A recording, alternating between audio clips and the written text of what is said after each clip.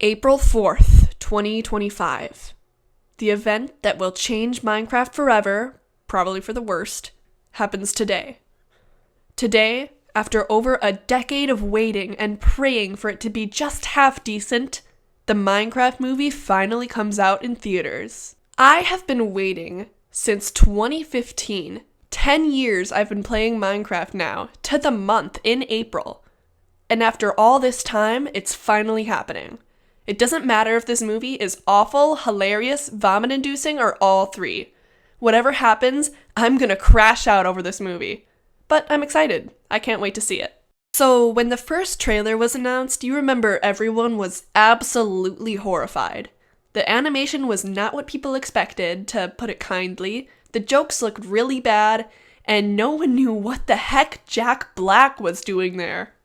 I don't want to be tearing this movie to shreds like some people are. It's very clearly meant for the younger generation, not the 2010s crowd. Saying 2010s crowd sounds really weird.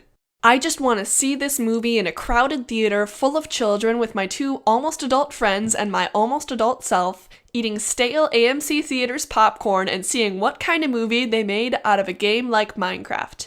That is the Minecraft movie experience I want. Will it be as horrifying as it was in the trailers, or will it be an actual masterpiece? That remains to be seen. But if you were to get my personal prediction, I would say no, this will not be a masterpiece. I mean, look at that guy. But it could be entertaining. Without further ado, let's go.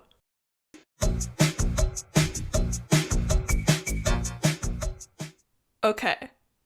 Why did I actually have, a really fun time?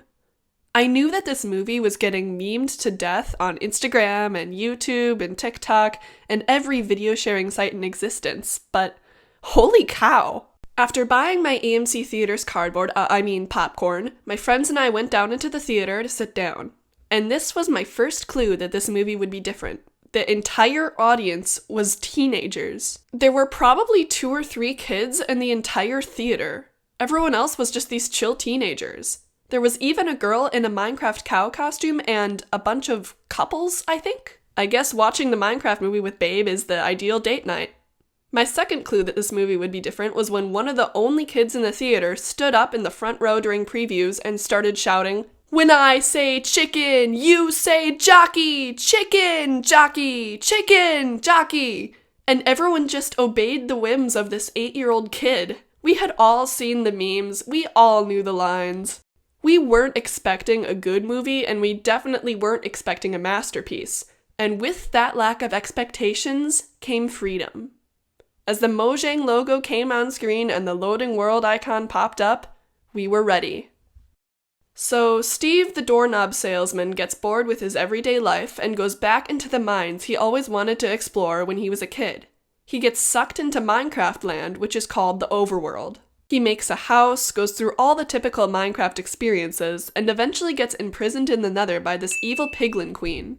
I forgot her name, but think of every female mythical villain name you've heard of and combine it into one. It's probably what you're thinking of. Steve's dog takes the magical cube that opens the portal to the overworld and brings it back to the real world. A bit later, the same cube is auctioned off to an 80s gaming champion in a storage auction. And here's where my first question comes in. How much time has passed since Steve got imprisoned in the Nether? And what does everyone think happened to him? Did he die? Did he disappear into the night or something? Did anyone even care enough to look for him? Does he have anyone who loves him in this world? He's just been rotting away in a nether fortress for months, or more likely years, without any hope of rescue. That's kind of dark for a movie like this. Anyway, no time to dwell on that, because the YouTubers are here! We've got LD Shadow Lady, Afmao, Dan TDM, and some other people I don't recognize and I'm gonna get told off in the comments for it. But Video Game Champion Guy gets the storage unit full of junk, and he finds the cube that reopens the overworld portal. This villager named Nitwit sees the portal and decides to go through it. Remember that, it'll be important later. Very central to the plot. So Video Game Champion Guy meets up with 2 kids who just moved to town and a lady working in real estate. They all head through the portal together and get really excited for about 3 seconds before it turns to night and they get their butts kicked. I think now's a good time to talk about the animation in this movie. When the trailer came out, I, like most people, was horrified, But looking back, I actually think it was more shock than anything. Yes, it looks a little ugly. Okay, it looks really ugly, but you get used to it after a while. It's definitely well done, even if it's kind of horrifying. I don't know much about animation, but I thought everything was pretty well animated. And the green screen wasn't even as bad as my friend thought it would be because he hates green screens. The skeletons in particular looked really cool. It kind of brought back the feeling of when I was 8 years old and scared of every single mob in the game. In a way, this scene kind of recaptured what Minecraft used to be like when we were scared and vulnerable and we didn't know how to make a sword or build a shelter. Everything was horrifying. So, like I was saying, everyone is getting their butts kicked by the mobs. Video game champion guy breaks the cube holding the portals together, which traps them in the world permanently. Great going, Garrett. Steve shows up to save them because the evil piglin lady just let him go for some reason. I don't know why. And he says his iconic line. Who are you? I am Steve. Steve explains that the cube Garrett broke is their only way back to the real world, and that to fix it, they need to go to the Woodland Mansion. Great going, Garrett. They go to Steve's village to gear up and learn more about how the overworld works. Okay, a lot of things happen here. First of all, we got the Technoblade tribute. I heard online that it was the kid's actor's idea, which makes it even better. Rest in peace, King. So the next thing that happens is interesting. Steve and Garrett are caught up in this one-up masculinity conflict where they try to prove their masculinity, I don't know. And when Steve is showing off his cooked chicken, he sings a song.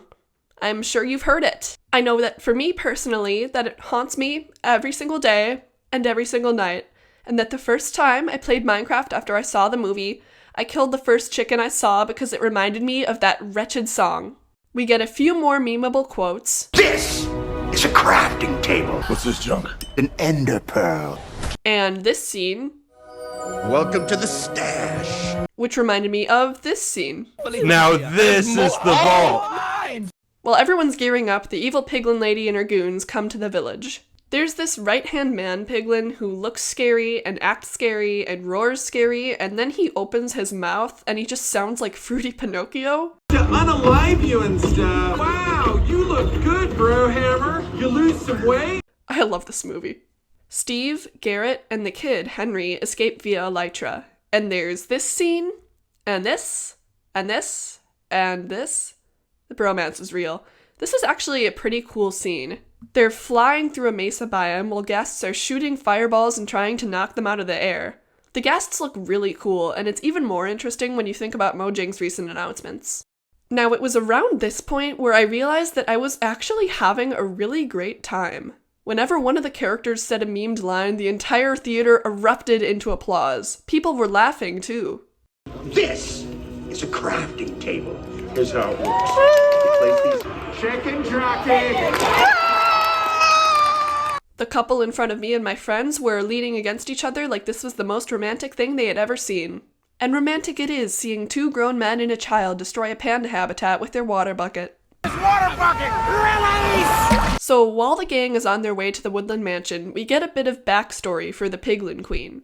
It turns out that she never wanted to be evil at all, but then she got bullied for dancing to pig step at her school's talent show, realistic, and then her dad made fun of her for pursuing her creative talents.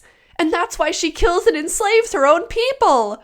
What a sympathetic villain! In my opinion, this villain backstory is one of the dumbest parts of the whole movie, and that's saying something. I get what they were going for, trying to reinforce the message by saying that you'll be unhappy if you don't make time for imagination and creativity. I just wish they did it better. She got bullied for wanting to be a dancer, so she just decides to murder this little kid drawing with oh, actually, I get why she did that now. Actually, you know what? This is a masterpiece of a villain origin story. Great foreshadowing, 10 out of 10 movie, absolute masterpiece. The gang, when did I start calling them the gang? Okay, the gang goes to the Woodland Mansion. Henry fights an Enderman, which looks so cool. I'm just gonna say it. The animation in this movie really grew on me over time. And then we get the most iconic scene of 2025. No, of all time. Chicken jockey. The bad guys show up, and after a brief interruption for familial reconciliation, it's time for the final battle. The gang uses their imagination and creativity to stop the Piglin army, I think? I don't know. It's been a few days since I watched the movie at this point, and I don't remember what the heck they were trying to do. The plot of this movie is such a fever dream. It reminds me of the Minecraft story I wrote when I was 11 that didn't have any plot at all except for Herobrine showing up to my friend's village once or twice. It just exists for the memes and the references. Do not try to find any sort of good plot. Steve puts on his iconic diamond armor and the gang goes out to fight the Piglin army. Steve tries to place an epic final strike and he ends up falling flat on his face. I laughed at him along with the rest of the audience. It was hilarious. I have 3 pictures of Henry doing this, and I'm not sure what he accomplished, but then they win! I'm sorry guys, I know I shouldn't be forgetting all this, but it already feels like it's been ages since I saw this movie. Anyway, the Piglin Queen is defeated, and Steve walks up to her. Now, I was thinking he was gonna forgive her, because it was a kid's movie, you know. Sorry, miss, I know you enslaved your own people for gold and killed a child and tried to destroy the overworld and imprisoned me for presumably years. But I know you were just really sad about your dancing career. But no? He just leaves her there?